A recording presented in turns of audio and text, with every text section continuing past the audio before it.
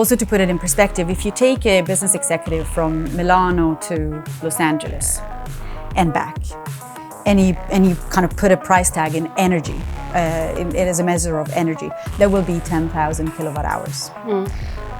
That person would have to spend 8 months in 12-hour-long video meetings to consume the same energy. So much good for the climate and probably also climate injustice in the future.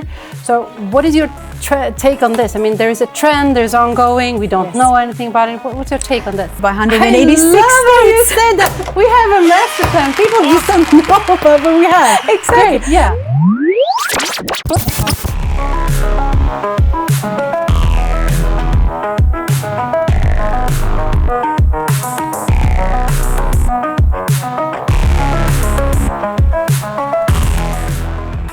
Welcome to The Switch, not just another podcast, but actually a platform where we want you to join in on the transition, on the road to how we actually be a part of changing the climate, making it a better and safer world for all of us. As I mentioned, back at The Switch, not just another podcast, here to entertain you, to educate you, to make sure that we have a conversation that is without bullshit, but with a lot of awesome in it, so that we actually get engaged, because we have to.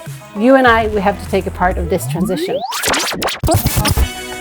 Today's guest is someone that I'm really excited to have. She is Director of Sustainable Business at Atea Group. So not only a very interesting person, but also a very interesting company. It's leading the IT infrastructure provider in the Nordic region, actually. She is responsible for the strategic plan to transform Atea's operation and business model, and for platforms driving sustainable change in the IT industry ecosystem. And this actually caught my attention when we had Niklas Sundberg here not long ago, talking about the IT sustainability that we need to take part of. And Atea is doing a great job. So I'm pretty curious of listening not only to her exciting story, but also about what Atea is doing to help make the transition. She's born in Italy, studied in Milan and the UK before relocating to Sweden. And I know that she speaks Italian, she speaks Swedish, she speaks English, and a bit of Spanish and a bit of French. So I'm not sure which language I should speak now, but can we stick to English, please? I think I would love to stick to English today, Christina. Welcome to the studio. Thank you. It's a pleasure to be here. How are you today? I'm great. Yeah, good. I'm happy and engaged. We have so much to talk about, and there was some exciting news the other days here that I also want to dive into when it comes to IT. First, I want to get to know you a little bit better. Good. So let's start by rolling the wheel of questions. Yes. Are you ready for that? I am. Here we go. Wheel of questions.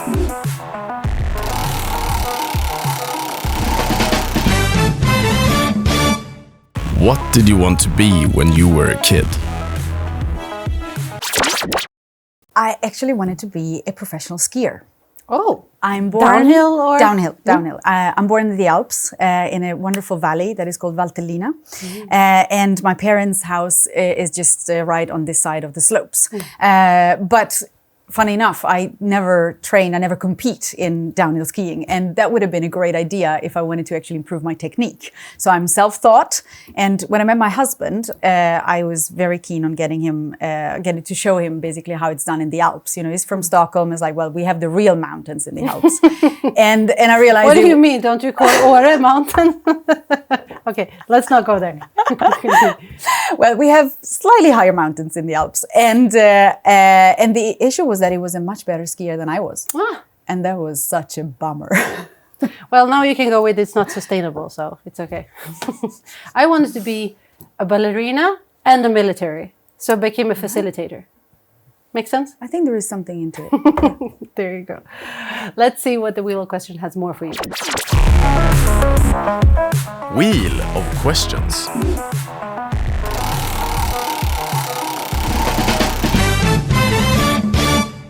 What was your first job? My first job was an intern in the United Nations, ILO. Wow, that's a Pretty good first job. I was at McDonald's, by the way. So please tell us more.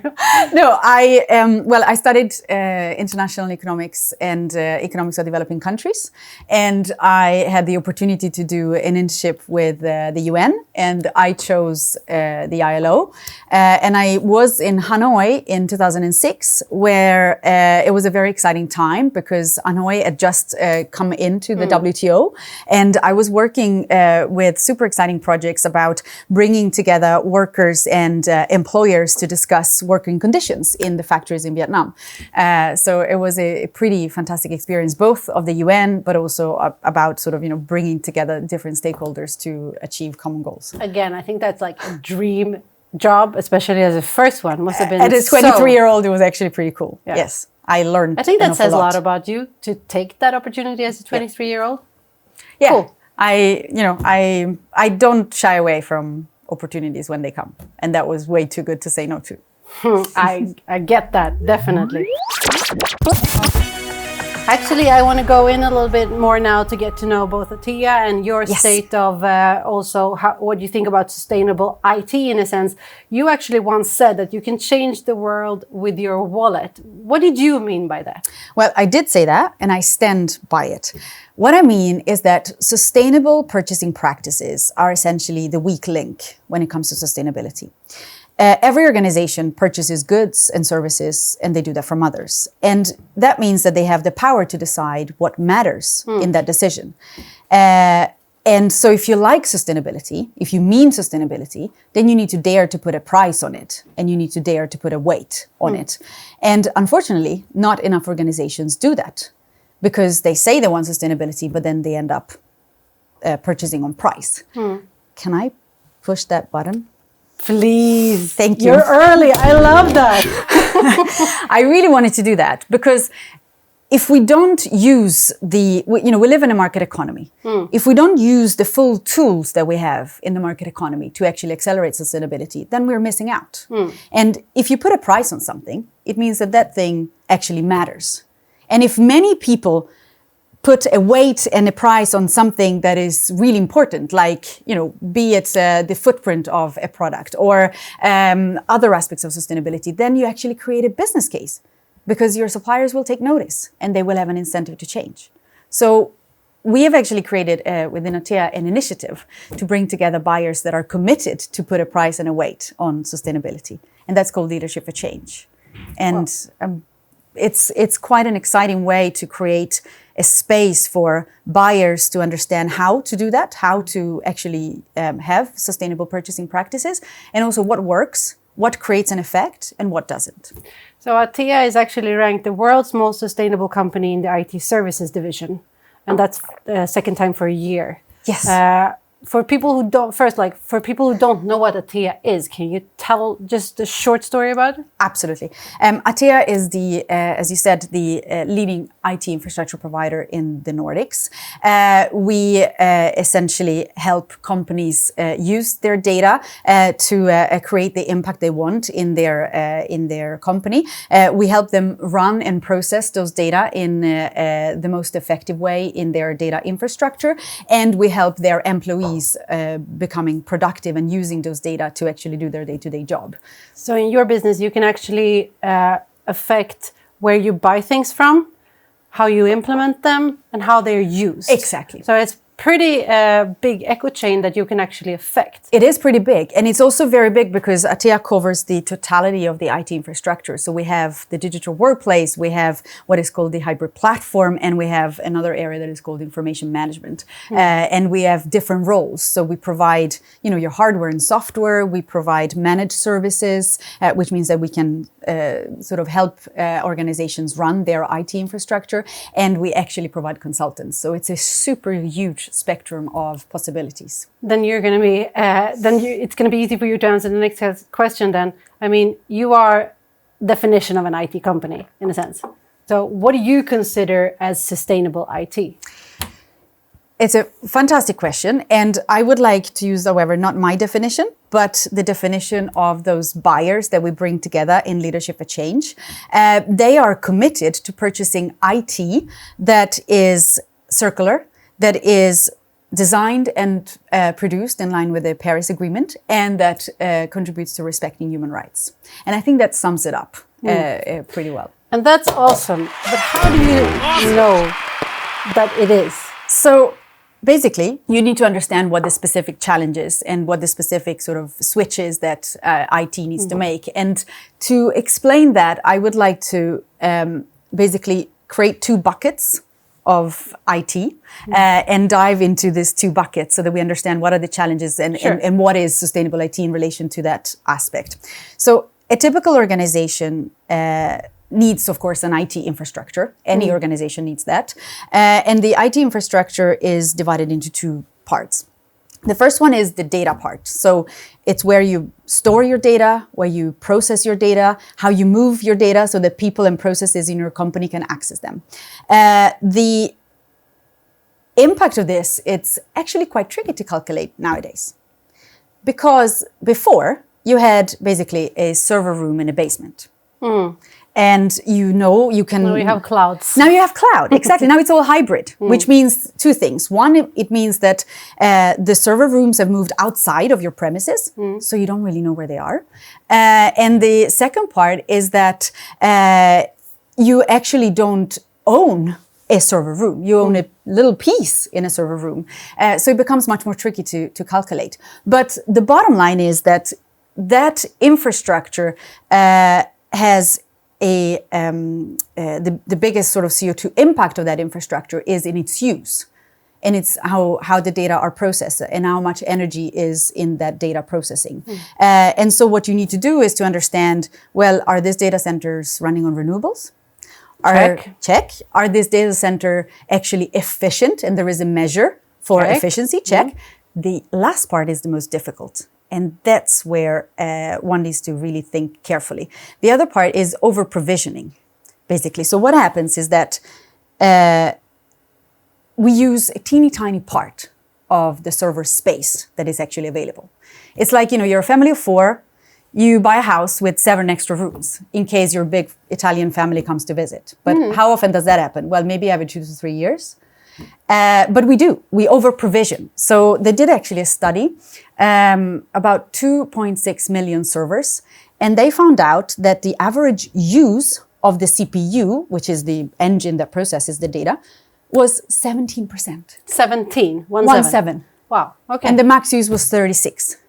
Okay, so the rest is just... The rest is just air. Pushing. So we're using energy for nothing. And one point, of course, is that you need some form of over-provisioning. So it's not like you can reach 100% of use, but you can reach way higher than 36% max. So that's kind of the aspects of sustainability for the infrastructure part. We had Lars here from Eco Data Center. He was talking about data warehouses being or not being sustainable. How do you know that your data warehouses are sustainable? Yeah, I mean, essentially the three key aspects of that are checking if they're running on renewable, checking if they are energy efficient, and the final part, which is very much in the hand of those people that use it, is how do you manage that over provisioning so that you make sure that you that you use as much. It is tricky. It is tricky because you want to push bullshit on that. I want it to be easy. and it will need to become easy. Yeah, it will need to become a lot easier. Can I move to the let's workplace move to the part? next one. Yeah. Exactly. The typical employee needs a digital workplace to be productive. And what basically one needs is a laptop, a screen somewhere in an office. It's actually quite fun to meet colleagues and be creative together. So you need a screen in an office, I would argue. And then you need a mobile phone and headset to speak on the go. The CO2 of that workstation is 1 ton. That is equivalent to... That's a crazy number in a sense. Yeah, it is, because it's equivalent to getting on a plane in Stockholm, flying to London and back 5 times. For one person, equivalent to what? 1 year or No. For the 1 ton. No, 1 ton is you getting on a. You will emit 1 ton if you go Stockholm to London and back 5 times. Yeah. So it's quite a lot. And the interesting part about that workstation is that the emissions are already happening before you start using your computer.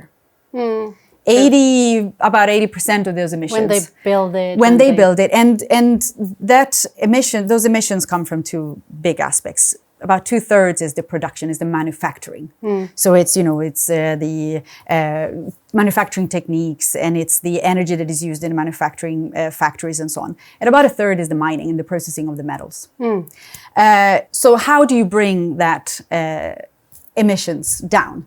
The interesting thing is that you as a consumer can do an awful lot by taking very good care of your workstation and making sure that that workstation can have a long and healthy life. As possible. So not dropping it on the floor, making sure that it's...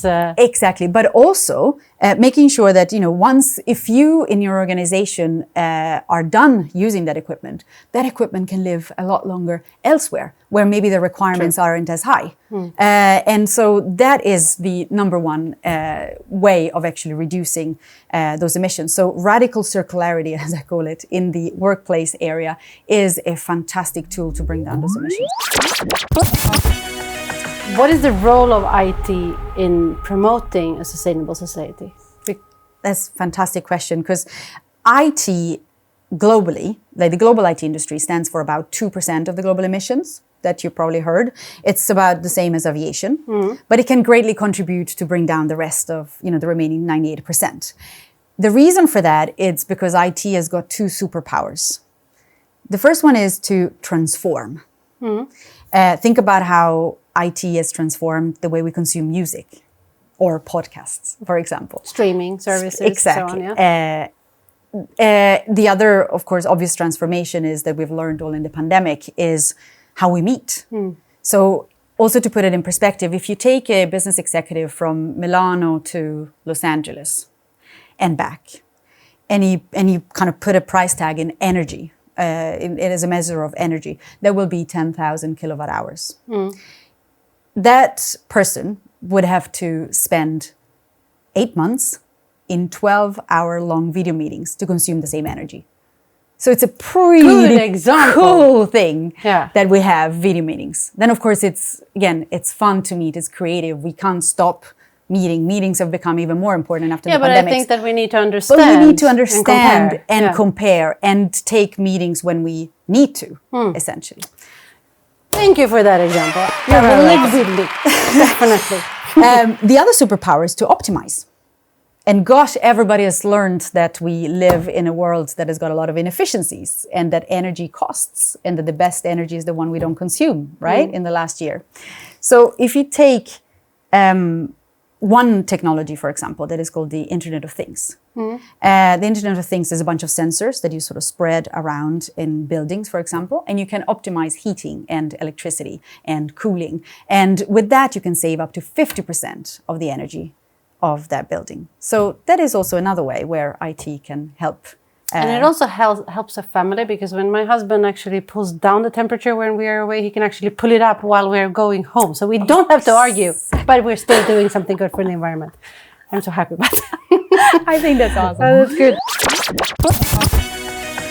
You're mentioning a couple of challenges surrounding sustainability and IT. And there is also at the same time trends going on. Just recently there is a big debate in the newspapers where a bunch of professors, some of them really high up in the chain and important in rolling it out, are critiquing AI pretty fiercely, that we should actually pause that a little bit because we can't control it. On the other hand, I was reading Bill Gates' notes where he says that AI could actually make so much good for the climate and probably also climate injustice in the future. So what is your take on this? I mean, there is a trend, there's ongoing, we don't know anything about it. What's your take on this? Well, there is no doubt that we're living in super exciting times.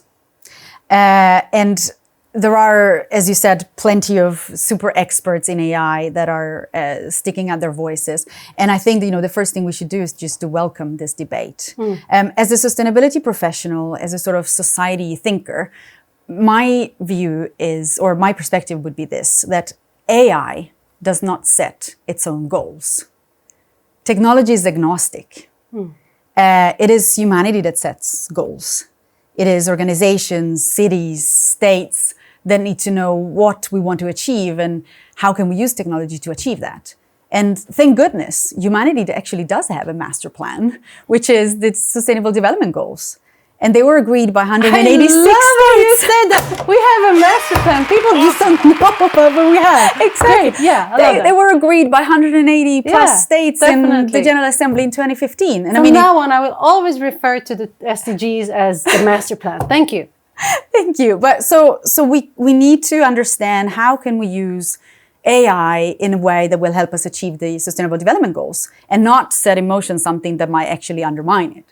But I think, that's why we need to have a debate, and that's why we need to bring different perspectives around the table. And again, remember that, well, it's us that are in the driver's seat, and we should remain in the driver's seat. Many people are scared of trends within IT and technology, and everybody envisions the Wall-E movie, and that's how we're going to end up, in a sense. You said humanity is driving it. Do you have any advice for people who are afraid of IT? Well, I don't know if I can call it advice, but the way I see things is that we cannot stop trusting humanity to come together and solve problems, essentially. And I think that it's super important that we do that. We live in fairly uncertain times, and the solution is to talk more to each other rather than less. Couldn't agree more.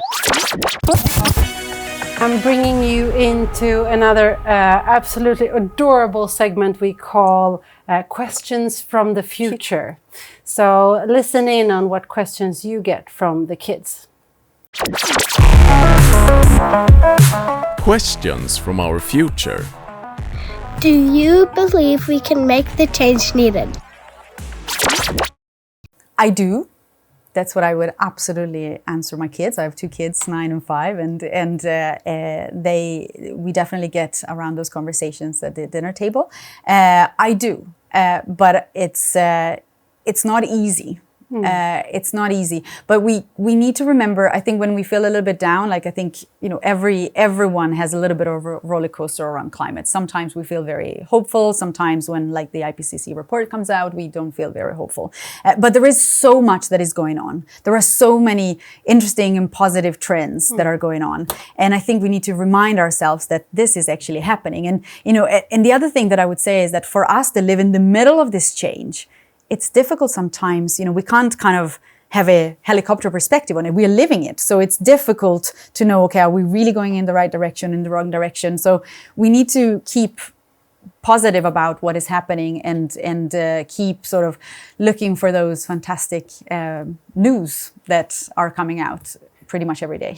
Working in a company, having this of an importance, not only of the choices that your company is making, but also what many other companies are making, do you get more scared or hopeful? I get much more hopeful. I wanted to tell you one example of about why I'm hopeful. Within Atea, we created an initiative about 6 years ago. I call it my second baby because that year I gave birth to my Carolina, who is my second child, but also to this initiative professionally. And it's called Atea Sustainability Focus. And last week we had 500 buyers from the Nordics gathered together with the IT industry, with the big giants of the IT industry, and an organization that is called Responsible Business Alliance, that drives sustainability in the IT industry, especially in the IT supply chain. And we spent an entire day talking about climate accountability. The buyers had launched a report that essentially says, now it's time for accountability. We know that a lot of the major brands in the IT industry have got net zero goals. We know they're working on it. We just need to make sure that everybody in that super complex supply chain actually do the same thing. And so that is, it's super exciting. That gave me so much hope, because there were discussions about, how do we make sure that, well, as buyers, that we set our science-based targets in our procurement? How do we make sure that as industry we come together and have standards about how to monitor and measure that carbon footprint of IT? How do we actually drive relationships with our suppliers? And those kind of dialogues give me an awful lot of hope. I love that answer, and it gives me hope that people are actually gathering and making sure to continue to talk about this. It kind of like, I need to ask this question. It gave me thought to, you were mentioning that you had a board meeting yesterday, and so rumor says that board and Atea management, one of the reasons why you are actually gaining so much traction in this issue is because you are very closely connected in how you actually believe and how you use the KPIs and so on. Can you like inspire the people who are here? How does that communication, how does that collaboration work? So when you're driving sustainability in a big company, you're doing this really in symbiosis with the senior management team and with the board. You need to develop a relationship where, of course, you understand each other and you drive towards common goals. And we were actually just going through the history of Atea Sustainability. We've been doing it for like over 20 years. We started with our take-back programs for IT actually in the late 90s, interestingly enough. And so you need to kind of understand, and where does that come from? Atea is a company that is a company of people. We believe in people, we believe in the connections between people and getting people to grow. And we believe we actually have a mission that is called We Build a Future with IT. So we build Sweden with IT, we build Norway with IT. So there is a connection between that long-term mission that we have and sustainability. Is a fairly natural connection because of course we are building a Sweden with IT that is also a sustainable Sweden, obviously. So there is a deep connection if you look at sort of how has the company evolved, how is the company, where is the company going? Is it a long-term is it a long-sighted company? And Atea is, absolutely. Can you give me an example of how others can implement this? Absolutely. So the first thing you need to do when you, again, start looking at sustainability is very broad. You need to choose right. You need to choose your questions, the questions where you have an opportunity to influence, where you have an opportunity because of the big impact that you're causing, or because there are questions that are impacting you. And the thing is that you need to go all in these questions. You can't just, work a little bit here and a little bit there because you're not going to make any impact. So choose right. The second one is to think about it from an ecosystem perspective. No company works in isolation. Every company is part of an ecosystem, and you need to understand who are the actors in my ecosystem that I need to engage on those questions.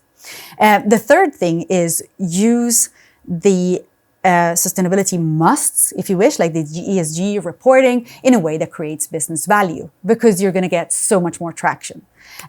One example about something we did a few years ago was that we wanted, of course, to bring down our emissions where we have more direct controls. We made the emissions visible and disaggregated for every manager to see. Love it. Thank you. Awesome. I think that the visibility is really important, yes. And also talking about it again and again and again and again. I was actually in the IT and the technology industry about 15 years ago, and Atea was actually doing great work. Even then, I can be there. I was on the other side, on the distribution side. So interesting to see and how everything is developed throughout. But there are some uncomfortable conversations to be had. Uncomfortable conversations. IT industry is maybe going towards a green future, but what should the industry do about conflict minerals? I love that you asked this question because one of the things that I've learned in my career so far is that you cannot treat one sustainability problem completely in isolation. Things are interconnected, and this social aspect of the IT industry is extremely important, and it's connected to the big switch that needs to be made about circularity, for example. I want to start with a definition about conflict minerals. So conflict minerals are tin, tantalum, tungsten, and gold. And they are called conflict minerals regardless of where they are mined. The definition comes from the US regulators, the financial regulators, SEC. It's been around since at least 2010. And why is that definition important? Yeah, because basically you cannot ask for IT products that are free of violence. Why conflict? Because in some countries, the mining is fueling a situation of conflict. Yeah. And the biggest example of this is, of course, Eastern Congo, where essentially a conflict has been going on for almost 30 years. And according to some estimates, 6 million people have died. And it is an extremely violent conflict where a weapon of war that is rapes is systematically used to move families and villages away from the mining areas. Now, you're probably going to ask, well, what can I do then if I cannot ask for minerals that are conflict-free? There are a number of things that you need to do. I think the first thing is to realize that the IT equipment that you're holding in your hand is a piece of jewelry. Interesting. Yeah. We're treating IT as if it was like cheap plastic toys, but there is like almost 60 elements of the periodic table in a mobile phone. And so it's super important that we keep them and we have good care of them. So that would be my first advice. The second one, that it's super important to actually shift towards circularity. There is 100 times more gold in a ton of mobile phones than there is in a ton of gold ore. So if we want to use the resources that the earth is giving us, and given that we know that they are needed for the green transition as well, we need to move towards a much quicker, much more deep circularity of minerals and metals. And so, of course, as a private person, it's a bit trickier, but I think there are starting to be a lot of ways to reuse and recycle your mobile phones.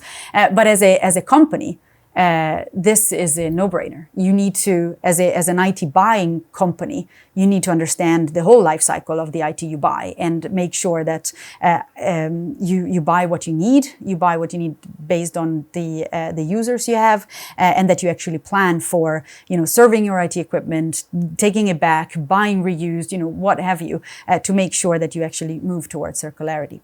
And the final part of this is that it is possible to source minerals in a way that is sustainable. It is possible to know that minerals come from sources and mines that do not have this problem, that where workers perceive a fair wage and so on and so forth. It's time consuming and resource intensive. So it's pretty important to keep asking the question. So again, as a private consumer, you might not be able to do that. But as a buying organization, you have to ask the questions. How do I know that the company I'm buying from knows where the chain leads to, essentially? So that is, and there are international standards, of course, for it. There is OECD guidelines that mandates that due diligence, but it's super important to keep asking about that due diligence. Is it visual and easy for a company to make those choices today? It is. There are structures. There are ways of doing it. There are technologies that are helping. It's ultimately about knowing who your suppliers are and really push deep down in the supply chain that visibility. There are plenty of structures that have been put in place, not least since the SEC regulations. But you always need to be on your toes. It's important to keep asking the questions. It is possible today to track your minerals. It is possible for companies to actually do business with smelters that know where they're purchasing. It does take time and resources, and one always needs to be on their toes to do that, essentially, and keep doing that work. I think that you said it well there. You have to be on your toes. I mean, all of these questions are big questions, but it also is a responsibility that we need to take. Yes, definitely. My sunshine goes to you guys for doing this, for pushing it, for making sure that we talk about the elephant in the room and trying to solve it, definitely. But you have the possibility to give sunshine to someone else. Who would that be? I think that's a great question. And remember when we pushed the bullshit button at the beginning, and I was saying that buyers don't always use their power in making sustainable purchasing choices, but there are buyers that do. And so my sunshine is going to go to them. And I have a number of specific examples that I would like to give you. Please. The Swedish buyers, and in particular, the National Secretariat for Sustainable Procurement, they are a shining example of procurers that are always in the lead. they are the reasons why companies like us are being better and better year after year. And there is a particular person in that secretariat that is called Pauline Göthberg, and she's working together with, in Swedish, Upphandlingsmyndigheten, the procurement agency, and other major public procurers on integrating sustainability in supply chains, in procurement, and they are working on, it's quite exciting because they are going to include even the climate aspects in of sustainable supply chains. That is amazing. It's the first time I heard about that. That is really good because procurement is a big part. Exactly. The Swedes are, of course, very much in the forefront, but they're not alone. Our Norwegian colleagues are also in the forefront. The Department for Business in Norway is right now in dialogue with a lot of actors, a lot of suppliers, because they want to increase the weight of sustainability in public procurement to 30%. And I think that is also a fantastic example of sunshine. You're just like spreading out sunshines everywhere, and I like that. It's a good way to summarize the program. Yes. From my part, it's been a lot of good examples. It's inspiring to hear that a big company takes like the whole chain and actually pushes it forward. If you would conclude your thoughts on this conversation that we have had, what would you say? I think it was fantastic to sort of stop and reflect on the things that you need to do. And I'm full of energy actually from this conversation and about knowing that, well, we may not have all of the answers yet, but we are on the right path and we just need to double down and keep going, really. I like that you said that you're going to continue and double down, because that's exactly what I would like you to do out there, my dear listener. I want you to double down. I want you to increase the speed and make sure that you are a part of the transition. Thank you very much for attending today's show. Thank Chiara. you, Christina, for inviting me. It was a very, very nice conversation we had. I hope you enjoyed it as well. If you did, make sure to comment, like, share to someone that you like, so that we become more and more and more and more taking part of this transition. Thank you for listening in today. Until we meet again, take care of yourself and, if you can, someone else. See ya!